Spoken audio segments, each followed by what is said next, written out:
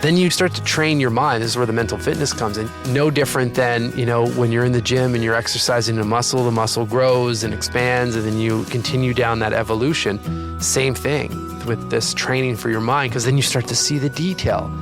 Like I said, it's a competitive advantage. Others just don't see it because they're in the rat race of the autopilot.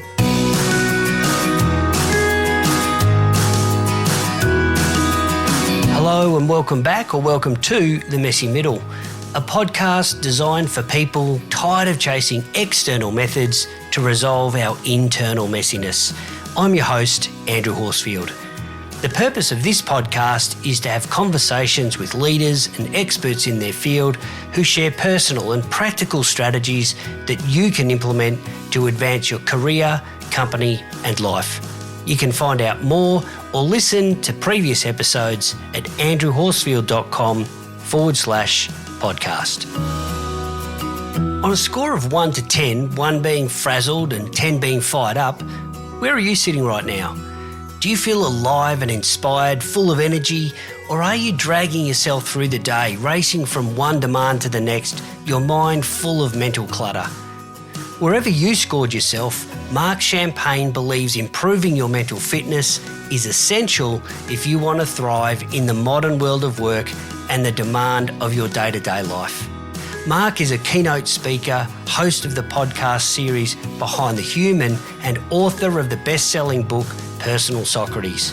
He's also a sought-after consultant who provides mental fitness strategies for Fortune 500 companies such as VaynerMedia, Google Pixel, and Coca-Cola.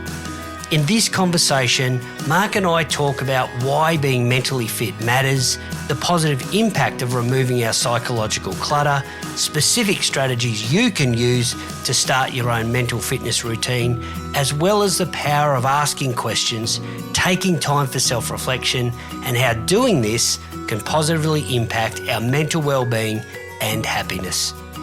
Generous, wise, and powerful, this conversation is a game changer for anyone looking to upgrade their mental capability and performance.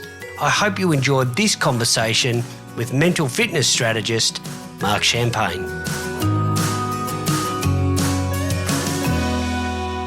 Marc, welcome to The Messy Middle. It's awesome to have you on, despite the early hour for me. I've been looking forward to this conversation with you and can't wait to get into it. I think we're going to have a ripping conversation today. So welcome to The Messy Middle. It's great to be talking with you. Thanks to you. I right back at you. I've been looking forward to this chat, and we've been trying to coordinate time zones, of course, across the world, and we made it. So here we are. Yeah, and look, I wanted to start with potentially a strange place, because our interactions to set up this call, you've been so generous, you've been open, you've been engaging and completely accessible. So I wanted to start by asking you, how do you maintain your perspective and own personal psychology to just kickstart your day and just live well? Oh, wow, that's a big question. I think the biggest thing that's evolved quite a bit over the years, and of course, and through my own work, but then my own kind of, I guess you could say, self-discovery and mental fitness and so forth, has just been the prioritization of checking in with myself. We do this often. I'm sure you see this all the time with the work that you do with clients, but we do this in a business setting all the time, right? We look at data, we look at how the business is doing, how brands are doing, how our people are doing through performance reviews and all that kind of stuff. But for some reason, that concept or mentality seems to be almost lost when it transfers over to us personally. And we kind of just get up and go. So for me, I often, first thing I do when getting up is after, a big glass of water and whatnot, is usually jump into some sort of mental fitness, whether that's some breathing and or some journaling, just to see, all right, where am I at? How am I feeling today? And to be able to start identifying or surfacing data around, okay, well, if I'm feeling a little off, like what's fueling that? And can I cut that fuel source before I actually jump into the day and, do my best to show up for myself and others and so forth. And I've just found, Andrew, over time that the insights and the data are so valuable, because then you start to train your mind to automatically do this throughout the day. So that leads to everything in the sense of kind of what you alluded to about our interaction, and I think, showing up as present as possible, and also just trying to make sure that our schedules are somewhat under control and it's not, feeling like we're overwhelmed and so forth. It really starts with knowing what's going on in the first place. Yeah. I assume also, apart from maybe recalibrating, there's a recognition of, hey, I feel good, I'm on top of this, or I had a hard day and I've had a good night's sleep, or I'm ready to go. I took on that challenge and feel better for it. So when you say data, do you mean those patterns of what's going on and helps you perform or not? I guess when I say data, I'm directly referring to emotional data. Do I feel great? Do I feel tired? Do I feel well rested? Because there's always good insight in asking when asking those questions. Especially, we've got a lot of really good technology out there right now, especially when it comes to sleep tracking and so forth. But at the end of the day, we just have to ask one question: Do I feel rested and ready to go? And I remember I interviewed someone from Whoop, one of those data companies and wearable companies, and Kristen, who's the VP of Science and Athlete Performance, said it really well. She said, do I feel sleepy when I want to feel sleepy? And do I feel alert when I want to feel alert? I mean, it doesn't have to get any more complicated than that, right? Yeah. But I mean, and if we're honest with ourselves, if we check in with ourselves at, say, 2, 3, or 4 p.m. in the afternoon, for many, the energy is starting to lessen, and we're starting to feel like, okay, we need a jolt of something, and that's when our willpower starts to disappear and so forth. So it's just, if we can recognize, well, why? Like, what is it? Did I overdo? Did I stack the morning with back-to-back meetings for some, like, whatever the situation is, just to understand what's leading to that dragon energy, because it could be a million different things depending on our circumstance. But maybe that's protecting our time better with the calendar, but maybe that's also taking a bit of an audit with the people that we're interacting with, and are those people giving me energy or taking energy away, and just being intentional with all of that, so that for me, we're recording this end of the day. I know it's the beginning of the day for you, but I don't want to get to the end of the day and my family has nothing left, and they get the version of me that's exhausted. And, my 2 young boys are, ready to go, essentially, when I come out of this recording booth, right? I mean, you declared that in the conversation. Originally, the times I put were a little bit more morning friendly for me, but you declared that to sort of say, look, that's my time for family that we're starting to eat into, and that's not something you were prepared to trade off.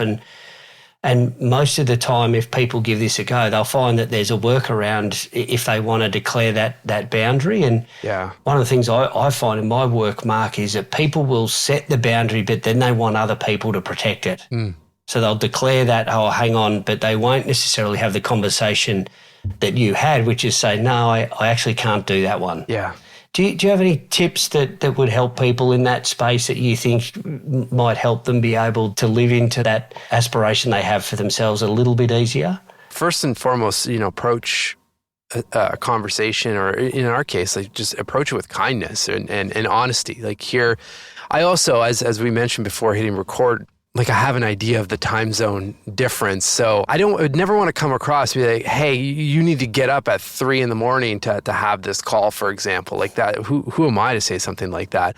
But if we can, pick something within reason where there's an overlap, then hopefully there's, a win-win. And that's part of the check-in, right? If I get to the end of the week and check in with myself and say, well, have I broken any rules or kind of boundaries that I've set? And to look at that and say, okay, I'm not judging myself for breaking it, but yeah, I did. So next time, let's kind of course correct. And is there a nice way to do that? What's the best, strategy to do it? Yeah, and we'll get into some of those strategies a bit later on, for sure. You're a mental fitness strategist. Yeah. People would be aware of physical fitness. Can you tell us, what is mental fitness? Why does it matter to us? Yeah, mental fitness, and I'll give some context around kind of why we're laughing about the terminology. Speaking of one of those boundaries or those rules, I've really tried to hammer out that language of mental fitness for a reason, because I think, mental fitness is a nice term that's approachable, a little bit more warm and accessible to more people, because it's kind of like the umbrella term. It includes mental health, it includes mental performance and optimization and so forth. It's just, I feel like we have a really big global crisis when it comes to our minds right now, and the data shows this across the globe. So what we're currently doing, which is having a lot of conversations about mental health, which I think is good, but it's not working. It's not working good enough. So that's why I'm a bit bullish on the terminology. So I really want to try to get, or at least put the perspective out there that it doesn't have to feel heavy. Just like to your point, physical fitness. I mean, you might like to run and that's your thing and you're training for a race or whatever it is. But if you don't like that, doesn't rule out all of exercise. There's a million different things that you can do to move the body and stay healthy. And it's the same thing for the mind. I think we just need to take some time to think about, well, what are the practices or the rituals or the activities that when I do these things, I know my mind will feel fantastic, and implement those things, right? And that's your mental fitness. Tell me, is there varying degrees of mental fitness? What does everyday mentally fit look like, and what does elite mental fitness look like? And is there varying degrees of those? Yeah, I've never been asked that, but that's a great question. Thank you. In short, yes, I think there is a difference. And, to relate it back to physical fitness, I think there are different steps, and we need to just be truthful with ourselves on where we're currently at in our journey. So if I use physical fitness as an example, and you're an individual that hasn't moved the body in a while, hasn't exercised, not big into sports or activities and so forth like that, you feel like you want to make a change. I mean, you're not going to jump straight into marathon training. Right. It's the micro steps. Well, maybe today I'll get up a little bit earlier and go for a walk for 5 to 10 minutes, and just start. And then you can kind of build on that, right? Right up to the point where, we're recording this during the Olympics right now. You can get yourself trained up to the point where you're an Olympic athlete. Like, those are the extremes, right? And it's available and possible for each and every one of us. That's the thing I love about all of this. Same thing with mental fitness. Start small. Maybe it's just, we talked a bit about checking in. That practice can be so simple, and frankly, simple works. It can be as simple as when your first coffee is brewing, or your cup of tea, or first glass of water, just to ask that question. How do I feel today? One word. And how do I want to show up today? Okay, I want to show up, feeling energized. Well, great. And then you naturally start, your mind looks for those moments throughout the day to bring that energy. That takes literally seconds in some cases, and that can be the start. And then, we're talking a little bit about Ryan Holiday and Stoicism and so forth. You could have a book like that that's right beside your coffee machine, and read a page, to shift perspective. Again, all of this stuff takes minutes. So that's, those are, I think what I'm trying to get at is, let's just be truthful and honest in terms of where we're at today with our current mental fitness. And if you're starting from nothing, just slowly work it in and start fueling your mind with good, positive mental nutrition and some practices that work, right up to the point where, which I would say is a more so elite mental fitness, where you start really training or anchoring your mental fitness to a certain season. And this is what I do with teams, right? It's like, okay, you're about to launch a product. That's great. You're going to go through all the launch planning. You have all these tactics and a strategy that's supporting it. Well, how are we training our minds through that product launch strategy? And let's bring in some personalized practices, no different than what an elite level athlete or Olympian would do. Everything is tuned and dialed in to support the goal. And that's when it gets really fun, because then your practices, your training, it all stays very fresh and relevant. Two questions on the back of that, which I'd love your response. Thank you. Yeah. The first question is, the fact that it's not a DNA or something an elite athlete has that we don't. It's just a matter of practice and training and giving a regular practice, as you say, and then graduating that practice into maybe more extreme circumstances or more challenging circumstances that you can take on. But it's available to us all. I love that, the fact that you're reinforcing that. Yeah, it is. Because it's also a fairly new way to talk about mental training. I think if you start to really research, prominent figures and people that are inspiring from the past, you start to see that they're actually doing this kind of work. It wasn't called mental fitness, but physical fitness was also not a huge thing not that long ago, right? I remember when I was running our journaling app, Keo, we had an investor deck that was out there, and I had a photo from, it was, I think, a cover photo from People magazine, and it had Jane Fonda and David Hasselhoff on the cover, and it was 1975 was the date. And they were on the beach, they were jogging, and the caption was something to the effect that, join the trend, everyone's starting to jog, right? Today, I mean, that seems crazy because you would never, that would make no sense in today's world of course, everyone jogs or does a workout or whatever. And I think, this is my prediction or opinion, that within the next 5 to 10 years, mental fitness will be at that same level. But right now it's still, and this is what's exciting, especially working with teams, it's a massive competitive advantage because everyone's not doing this at an elite level, I would say. What's the impact of being able to just get rid of that mental and psychological clutter that we have that you've been referring to through this practice?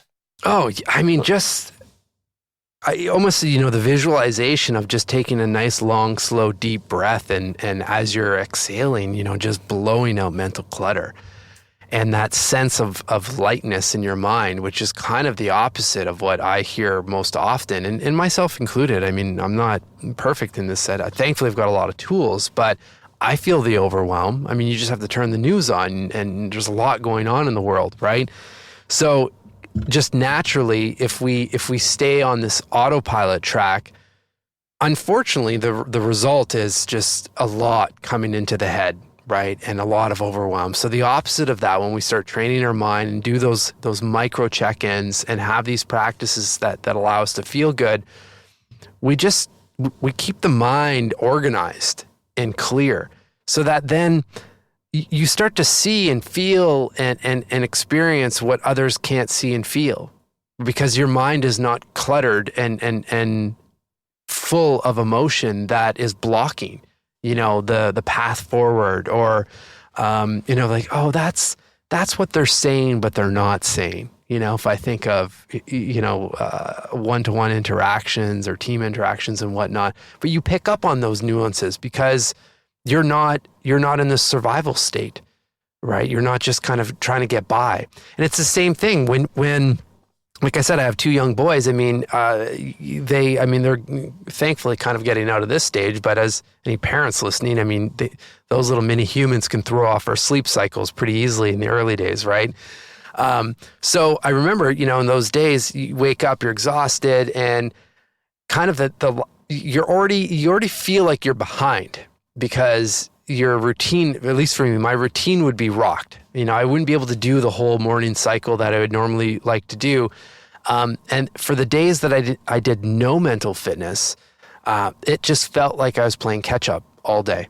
And it's the same feeling that some listening may have when you start your day just checking email, right? And then it's like your catch up, and you'll never win that game because it's endless.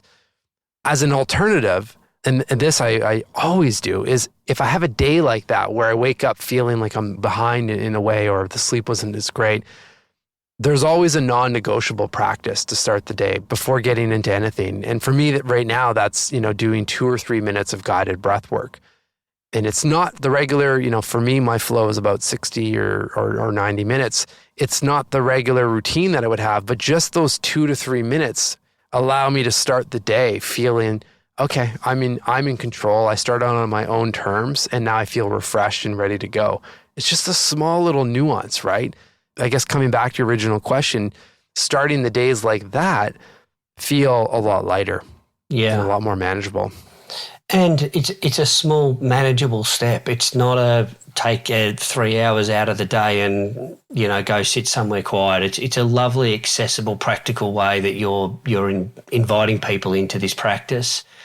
You've mentioned a couple. I wouldn't mind you just speaking a little bit about breath work. I know it's a little bit, it hasn't taken off fully yet. I think it obviously has in elite level athletes and sport and working conditions for some people, but it's still largely an unknown for most people, and I think undervalued, to be honest. Can you tell a little bit about what breathwork is for you and the benefits that you receive? It's funny to me because breathwork and the practices of breathwork, when we look at different Eastern communities, I mean, there's literally, and the foundations of yoga and whatnot, it's literally been around since the beginning of time. It's just, it seems like we're starting to catch up as the rest of the world to see, oh, wow, I can integrate this into modern day kind of living in society.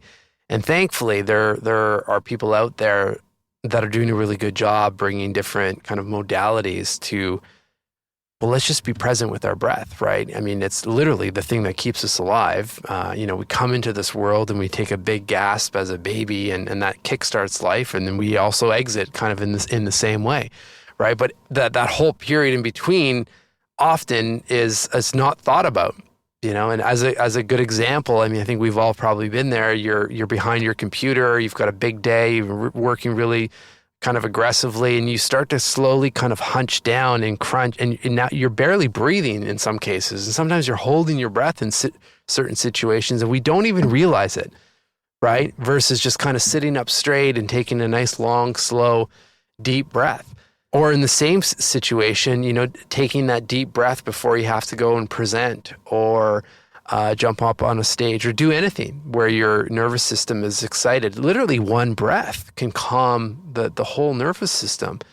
Again, kind of maybe a bit of a theme of the conversation. It's the accessibility that this provides versus the alternative, which is you kind of just push through and continue, and it just gets worse and worse. And that's where that mental clutter starts to stack and so forth.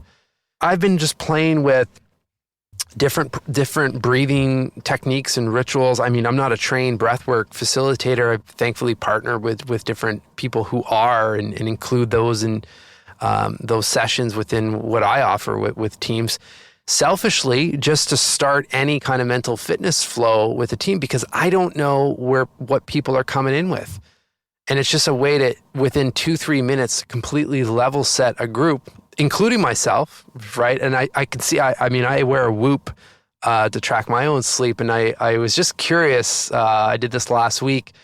I was with a team of investment bankers, and I put in the activity, I just put coaching. And I could see, it's so clear in the heart rate data, as soon as we did the 3 minutes of breath work together as a group, just for myself, just dropped drastically, instantly, right? And you feel it as a group as well. You feel the energy completely shift in the matter of minutes. So, there's the individual benefit, but there's a group benefit there as well. And it's something that if we approach it with an open mind, and the fact that, and I think from the perspective and the fact that we all have to breathe to survive, well, hey, let's just try a couple sequences, maybe some breath holds, maybe some Wim Hof style breathing, which is one I use personally.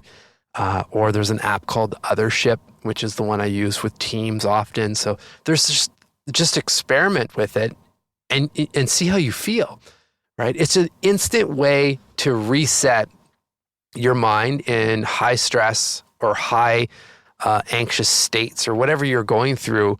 So you don't have to continue down that mental torture. Instantly, you're reset. One of the things I love about what you're talking about, Mark, is that it's an internal method to fix the external messiness. And I think that's always in our control. Yeah. And you've alluded, really cleverly, which is one of the things I value about your work, is that practicality, is that this is accessible in short bursts. I mean, obviously the more we can do it, the better, but for short bursts regularly and consistently can have a huge impact, but it's available to everyone and accessible. There's nothing else you need, and it's really, really powerful. Yeah. Are there any other tips that you would recommend for people who are getting this and feeling excited about what it could bring for them? For me, it's been about 15 or so, close to 20 years at this point of really experimenting with these practices. Definitely the last 10 to 15 have been, where I've played with my own routine. So that, like anything, it takes time and experimentation. So for me, yes, my staple practices right now are breath work, journaling, physical exercise, various hot cold therapy, and so forth. And I prioritize a good amount of time in the morning to start the day. But it wasn't always like that. So for anyone listening or watching, my invitation would be just to answer the following question. What are 3 to 5 rituals, practices, or activities that if you do these things, they're guaranteed to make your mind feel good? And you define what good is, but it could be lighter, motivated, excited. Usually it's not stressed, depressed, overwhelmed, nervous, all of that kind of stuff. And then you have a personalized list of practices. It's not my practices. It's not Andrew's practices. It's your practices that work for you. And then, of course, the next big step is just being, again, honest with ourselves about integrating and ensuring that those practices are built into our weeks. Because some of them may be longer than others, but there's always ways to integrate. Let's say, another one for me is a 10-minute walk after lunch, just to, come into the afternoon, reset the mind. It's not very long. You can get outside, get some sunshine, depending on where you're living. And it's just an instant reset versus just eating lunch, plowing into the afternoon, and then you get into that drain, right? You always, there's an element, what I find really helpful is almost knowing that you have this list of practices or these tools kind of in your toolkit just softens the situations or gives this level of confidence that, something comes up, because we know stuff's going to come up, throw our minds off. There's going to be big life events that throw us off and really challenge us. Well, I've got some tools to handle that, right? I have some resources that I can lean on. I'm not left alone to try to figure this out on my own. And you mentioned there, which I think is really valuable for people listening, is it doesn't have to just be this morning routine. It might be something that breaks up, during lunch, or it might be the afternoon that people find that it's most valuable for them. So it's not necessarily get up at 5:30 and have your lemon tea and start the day really early. It's however it works, which is super flexible. Yeah. I'm working with someone out in Germany right now. We're doing some one-to-one work, and he's got a fairly high-profile corporate job, and we kind of got the sense that, you get to the end of the day and he was feeling guilty that he was out of energy essentially for his family when he got home. I mean, I mentioned that, I've been in that, and I'm sure many listening have been or are in that situation right now. And again, this is where the personalization comes into play. I remember he mentioned that he said, I said, do you have a commute? He said, about a 20-minute car ride back home. Well, what do you do during that commute? I'm usually listening to business podcasts, which is great. I mean, educational stuff, but you're at that kind of stuff is good for the morning commute as you're going in and priming your mind. In the evening, and what we did is we changed his podcast, and now he's listening to humoristic shows, and he's laughing coming home. And just that subtle little tweak. I mean, I got a message the other day saying, I feel so much lighter because you're decompressing. And humor and laughter, we all know how we feel when we're laughing. That wasn't any change to the time. It was just an adjustment in the current routine. So that's the other point is to look at what you're currently doing, what your regular routine looks like, and just make some micro changes so it doesn't feel like, I have to blow up my whole existence and how I've been operating the last 10 or 15 years to incorporate this stuff.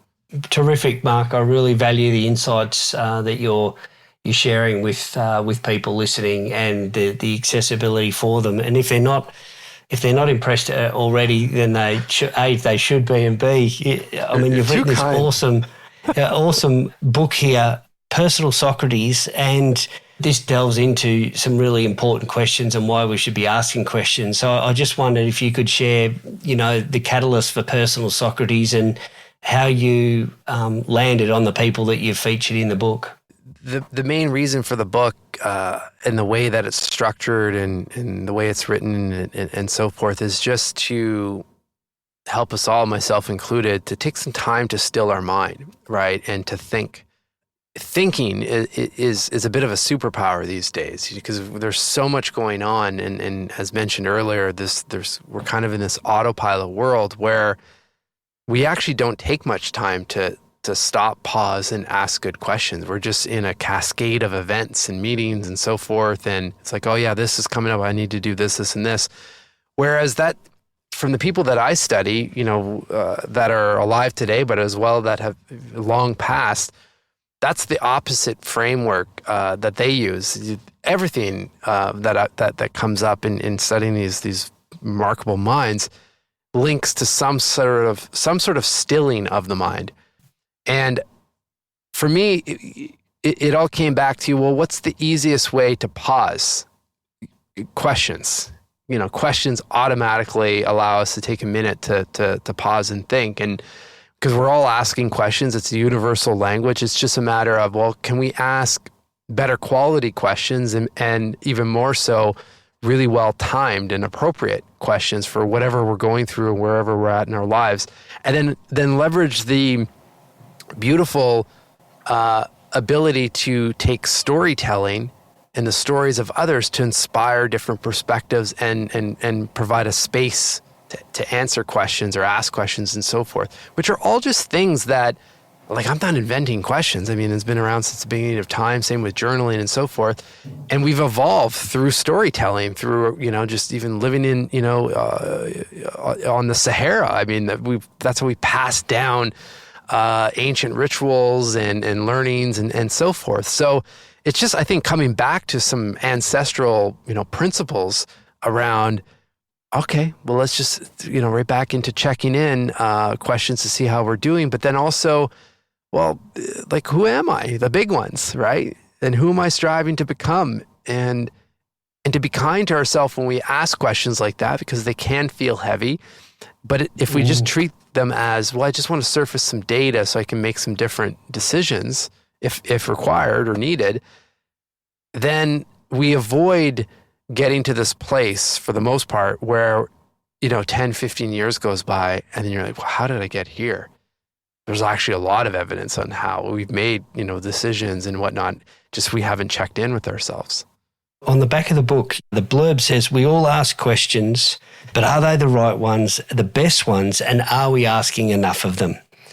And so I thought it was really valuable and insightful about not just asking general questions, but you've got a list of some of these specific questions in the book that just are that a little bit more depth that allow us to explore internally a little bit more about where we're at, what we're aspiring to be, what might be helping or hindering that process. Yeah. And learning from other people who have walked the boards, before us. Yeah. Well, and I think that's where the Socratic method comes in, because it's a method that, and I put myself in this camp, I think we all know of Socrates or have heard of Socrates and maybe know a little, some may know less, some may know more, but for the most part, it's something related to asking questions.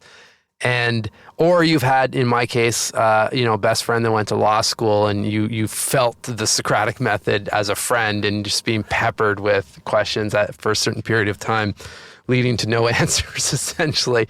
The title of the book, the whole method and whatnot, wasn't originally from me. It was actually my publisher, because I was explaining how I was learning from others and learning through questions and so forth. He said, well, that's the Socratic method.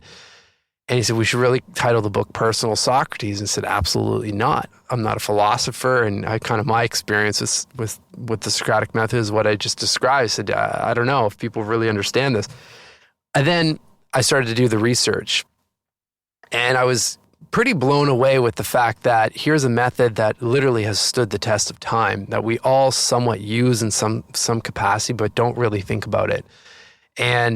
if that's the case, then why not take this method, which is really in its most simplest form, ask a really big question and just keep asking follow-up questions until you get to the root cause of whatever you're trying to solve for, which works almost in every situation, right? And you can do this in a kind way. You don't have to be, peppering yourself with really tormenting questions. But the idea is that we often, I think, operate on a surface level capacity. Whereas if we can probe a little bit more and keep going, then all of a sudden you get to a place where, oh, that's actually what's holding me back here. So questions like that come to mind, like, what am I pretending not to know in this situation? Or what am I pretending not to feel right now? Is a much deeper question than, okay, well, what's the next step here in this project or whatever it is, right? So you start, as you ask more questions and you study, and I mean, I'm a bit biased there, obviously, but my job is to collect questions and study them. Then you start to train your mind. This is where the mental fitness comes in. You start to train your mind to see those questions everywhere. And no different than, when you're in the gym and you're exercising a muscle, the muscle grows and expands, and then you increase the weight and so forth and continue down that evolution. Same thing with this training for your mind, because then you start to see the detail that, like I said, it's a competitive advantage. Others just don't see it because they're in the rat race of the autopilot. And, one day, hopefully that won't be the case, but right now, that's the vast majority of the population. So it doesn't take much, but there's a massive opportunity as a competitive advantage, not just to perform your colleagues and so forth. Of course, that will happen, but also just to feel better and great than most people out there. And I think we just deserve to wake up feeling good more days than not. What are some of the obstacles that people face in doing this from your experience, and how might they start to overcome them? There's the classic excuse or obstacle around, I don't have time. I'm already too busy. I can't add something in, or it's not, because then, and it's not applicable, right, for someone like that. Which we just, you can probably hint at or hear the kind of the sarcasm in that. Of course, there's always time, because when it comes to practices like this, again, just like physical fitness, if you're not taking care of your body and you're not eating well, eventually you're going to have to deal with that. It's just, do you want to deal with it when you have this massive chronic disease, or you burn out, or you're in a state where now you're not healthy? And here's where you get into, now I'm at a mental health situation, right? Or in the physical world, it's like, here's where I really physically injured myself because I didn't, do the stretching, I didn't do the muscle building and so forth. And I just jumped into this, crazy long hike or whatever it is, right? So whenever I hear the time thing, to me, it's my immediate response to that is, well, you're going to be forced to put time into this at one point. It's just, when do you want to do it? And do you want to do it on your own terms, or do you want to do it in a really stressful environment? The other big thing is, we've gotten to a point where we've normalized a new way of feeling. And unfortunately, that new way of feeling is not actually really good. We've normalized feeling like, okay, yeah, I live in a chronic state of stress, or I live in a chronic state of feeling sleep deprived and low energy. Like, I just get home and I'm burnt, and that's just normal. That's what we do. All of the people around me seem to do that as well, which doesn't necessarily, make it the right move. So the way to combat that is, first, I think just getting on. We have to set something up that feels right and aligned for us, and that's, well, do I want to stay? Do I want to continue in this state, or is there another path that I'd like to explore? And if, hopefully, we pick that. Yeah, there's got to be another way, and then start small. If you feel like you're groggy waking up and you're not feeling super refreshed, well, then just run some experiments, right? Go to bed 15 minutes earlier. and try that for a week. See how you feel. You probably start to feel a little bit more refreshed and so forth.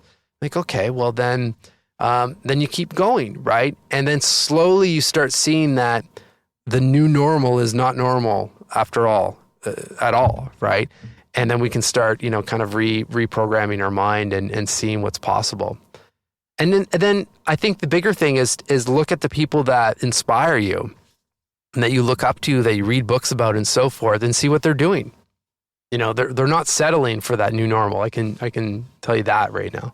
You mentioned that we're in the book, we're only one question away from a completely different life. And I wondered whether that's based on some of your own work experience with your journaling app, and whether that was something that came to you, and wondered whether you could just explain a little bit about that and that experience that you had from a practical level, not just a theoretical level, of how you applied this in a situation for yourself.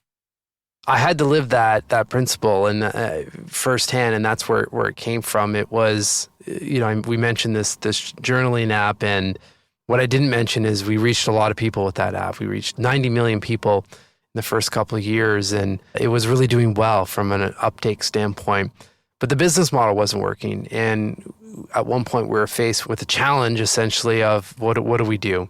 And we had to shut it down. And that, I say it quite quickly, but that moment was definitely the rock bottom moment for me, because financially we were pretty wrecked. I knew this was the kind of work that I wanted to do, but I've just deleted the avenue essentially that was keeping me in the space, and for the first time in my life felt like I didn't have a plan and lost kind of all hope. And I ended up emailing a gentleman by the name of Chip Conley, who's actually on the cover of the book with a blurb, and super grateful for that. But I emailed him for some advice, and he said he just sent back one question, and that was, what do you want for your life? And I remember thinking, well, that's ironic. Yeah, like here I'm kind of the guy that collects questions, and this is the thing that is going to pause, the terrible, anxiety and the looping thoughts that were really controlling my mind at that time, long enough to start asking other questions and getting to a plan. And that when I started working on the book, that whole memory came back, and I remember thinking, like, had he not asked me that question, I really don't know where I'd be. Would I still be looping in those thoughts? Would I be somewhere else? But it was the power of that question, that it was the quality. What made it a quality question was the timing and the fact that it was coming from him. Right? Like, if I ask that question to myself today, it's still, it serves as a nice check-in, but it doesn't have the same power that it did then, which really, brought my mind back. So now everyone is in different stages, of course, of their life, personally and professionally. But so a question like that can be, life-changing, but it also can be, we're one question away from a different mood at any moment, which is a lot of what we've been talking about in this conversation, or one question away from a completely different outcome, versus, kind of just pushing through and struggling.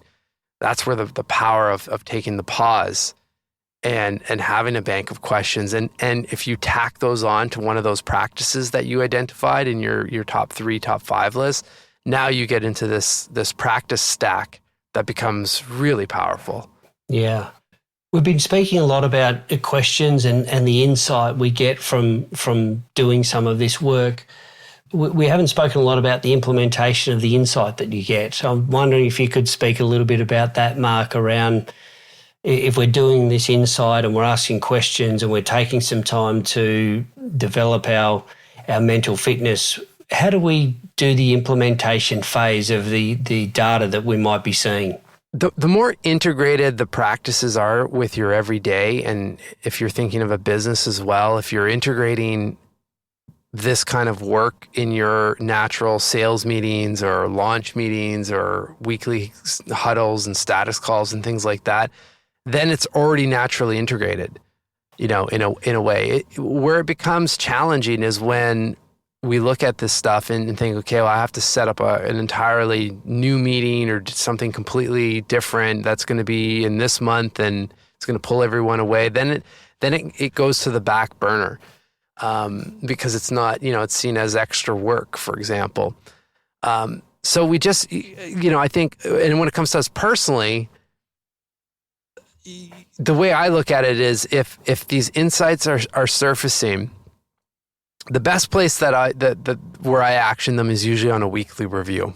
And that's usually a Friday mid-afternoon, and just asking, what did I learn this week? What would have changed this week? And what can I celebrate about this week? That takes maybe 10 minutes. And it's just a quick review of the calendar. Where did I put energy and attention? And the action part then lives in, okay, now I'm planning for next week. What meetings do I have set up? What tasks am I setting up? And I'm setting that up with insight from the previous week. That flow, for me at least, takes about 20 minutes at the end of the week, but dictates the entire week, productivity-wise, and whether I'm staying on task or I'm kind of flying off and procrastinating or whatever it is. And again, like, it comes back to the simplicity of a few questions, uninterrupted, a little bit of a data review. It leads to exponential impact. Is there a certain legacy that you would like to leave with your work? The legacy is a scary big word, Andrew. When I think of legacy, then I'd love people and maybe my kids to pick up my book or any other books that may come or content and to see this is actually pretty simple stuff, and I can see how I can integrate it into my life, because I don't know what their lives are going to look like, 50, 60 years down the road. Lots would have changed, but everything that I'm talking about is fresh from the perspective that it can be used. Even the book is written from that perspective. You can reread that book in 20 years and those questions will still be relevant. So I guess maybe it's that is to help upgrade our language of questions in our modern day society and allow that to live on and show that we all have access to this work and these practices. And it's not about arriving anywhere. It's always an evolution, and it can be a lot of fun. Before we finish, Marc, where can people connect with you, find you? I know you've just started a pretty impressive business with people over here in Australia. So, tell us a little bit about that and where people can find out a bit more. Yeah, everything. Thank you. And thank you for a really present conversation. I know it's early in the morning for you. Questions are really on point, and I appreciate that. M Champagne, spelt same as the bubbly.com is my main website, or if easier to remember, behindthehuman.com. It all leads to the same place. And the book, the podcast, the various team offerings, depending on the size of your team and so forth, are all there. But at the core of it, again, is just to help us see and integrate these practices personally and professionally. So, shoot me a message if there's any interest, but above all, just share what's working for you. Tag me, I'll reshare that on the socials, because that's where we can really have a ripple effect around the world, is to show, oh yeah, well, this is how breathwork came into my ecosystem, is, I've never tried that, but that sounds interesting. I'll try it here. So share, and you'd be surprised. I see this all the time with teams, like, oh, I didn't know you did that. Or I didn't think about this practice. Everyone has stuff in check, right? So if we share and bring that sense of community, then all of a sudden now we're really, lifting everyone up at the same time. Marc, one of the things I really appreciate about your work is it's powerful, it's accessible, and it's super practical, and I think this conversation certainly reflected that. So thank you for a wise and compelling conversation. It's been a great kickstart to my day. Thanks to you. Great end to my day.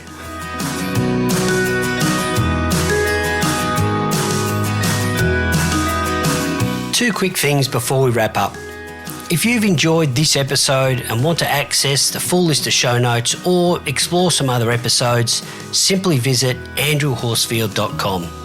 And please consider forwarding this episode to someone that you think would benefit. It will not only be appreciated by the person you choose, but help spread the word and amplify the impact I'm trying to make for the podcast. Thanks for listening.